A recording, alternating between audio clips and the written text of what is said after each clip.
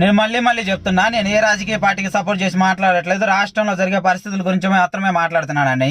అదేందనంటే వైఎస్ఆర్సీపీలో ఒకటి అర్థం చేసుకోండి, జోగి రమేష్ లాంటి రాజకీయాలు చేసేవాడిని అస్సలు నమ్మమాకండి. వాడు అవసరమైతే వాడి కుల రాజకీయాలు చేయాలని చెప్పి చూస్తున్నాడు. ఆడు స్టార్టింగ్లో టీడీపీ ఇది వైఎస్ఆర్సీపీ ఓడిపోయి టీడీపీ వచ్చిన తర్వాత టీడీపీ వాళ్ళతో కొంతమందితో కలిసి తిరిగిండు, అక్కడికి వెళ్ళాలని కూడా చూసిండు.